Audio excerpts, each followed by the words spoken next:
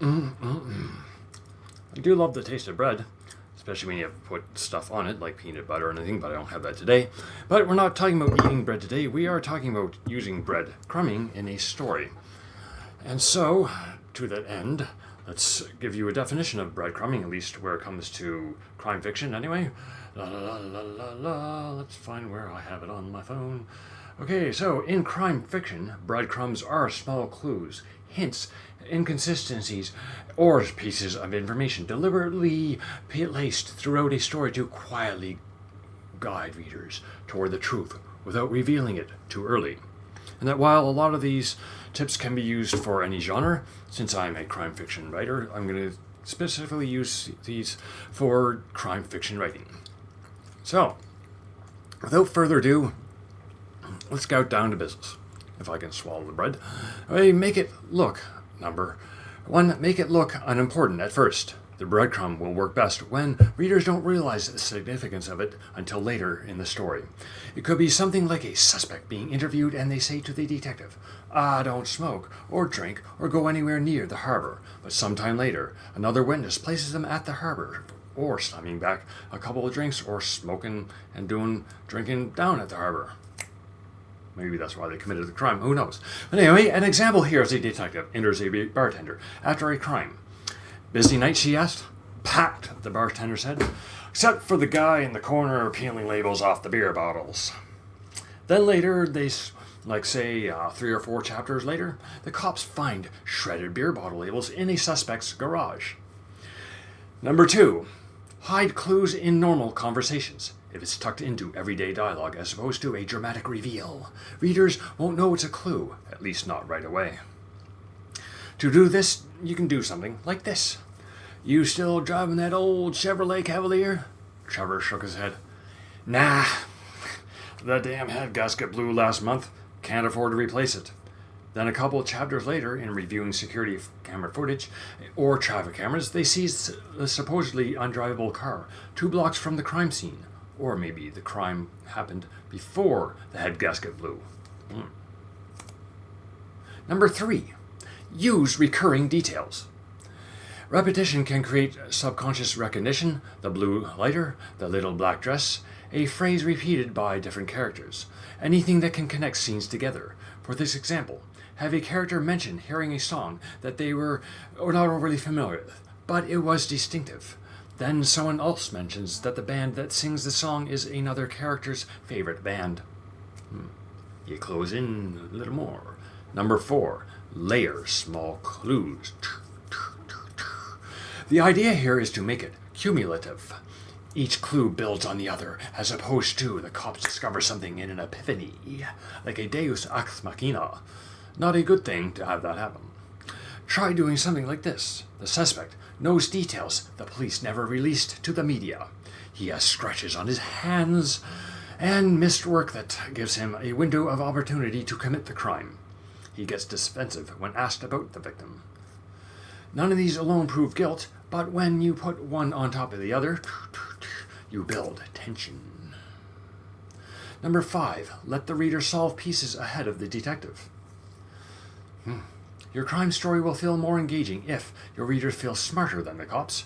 In the story, you can make your readers feel more connected if they notice things before the cops do. Remember, never quit writing. Have it on here too. Don't quit writing. The criminal has an injury that causes a slight limp. Then you have at least one character that has an injury from their days playing sports in high school or university or whenever, and the injury never fully healed. The detective then doesn't make the connection until later in the story.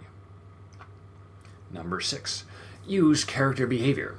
While physical clues do matter, behavior can be more subtle and powerful. You could have a suspect who's overly cooperative, then avoids eye contact, at a specific question, and he's thinking, I'm going to get out of this one, then reacts with anger at an unrelated detail. For example, here, this could be something like this. Did you know that Mark had a cabin? Ethan bit his lip and said, no. But the detective did notice that Ethan's hands gripped the coffee cup so tight, his knuckles turned white. You can also, number 7, distract with believable misdirection. Sorry, not unbelievable. Breadcrumbing works great alongside red herrings. I did a video on that a while back. You can check it out in the description. You will want to give several plausible possibilities for the same clue, so the wrong conclusion will be drawn naturally. Here's one way to do that. Police find muddy boots near the body. Readers will conclude that the jealous ex-husband is the doer because he works construction or is an avid outdoorsman. But later in the story, they find that one of the man's friends borrowed those boots, so the breadcrumbing leads to the friend. Number 8, make the breadcrumbs do double duty. You want your clues to serve more than one purpose with every read, or at least the first read. A receipt from a specific store can reveal habits while also establishing a timeline. A family photo can establish an emotional connection while showing who's missing from the scene. You can try doing something like this. Julia kept glancing at her watch, or the old watch her father left her. Have it later revealed that the watch has stopped at the exact time of the crime. Coffee, yeah. Number 9, reward rereading. A great crime fiction story will make readers proclaim to the world, the clues were there all the time, and then they might go back through the story and read the clues that you laid out. It's cool when they read your story like over and over again. They forget every other book in the world, except your next books anyway. Anyway, you'll want the earlier scenes after the big reveal to now make sense, as opposed to being deceptive. You can possibly do something like this. I hate hospitals, Dr. Rory Vale said. Can't even stand the smell. At first, readers believe that Rory is talking about his late wife, and he associates a certain smell with his wife dying. Later, it is revealed that the killer used a hospital chemical poison, and Rory wasn't talking about grief, but instead guilt and anxiety about if he's going to get caught. Number 10, control the timing of your revelations. You will need to pace and space out your clues. Too many too early will make the mystery seem obvious. Too few will make the ending seem random. The key is escalating the breadcrumbs until you get to undeniable evidence. An example structure of this could be, in the earlier chapters you have strange inconsistencies. In the middle chapters you have physical evidence that appears, or they find it, or wherever. Later chapters, a witness contradicts the suspect's alibi. And the final act, all breadcrumbs combine into undeniable proof, and they get their man. An example in this laid out, Chapter 2, a suspect lies about owning a gun. Chapter 8, shell casings match his weapon type. Chapter 15, surveillance footage places him nearby. Chapter 20, motive is revealed. Your mystery will tighten in on the suspect until they are no longer able to escape their guilt. And just in the spirit of over-delivering, doing more than what you expected, because most people do 10, I'm going to give you tip number 11. Use emotional breadcrumbing. Not all clues need to be factual. Using human emotions can help to foreshadow the truth long before readers will understand why the emotions matter. This creates a psychological mystery and not just a puzzle mystery. You can foreshadow guilt emotionally by doing this.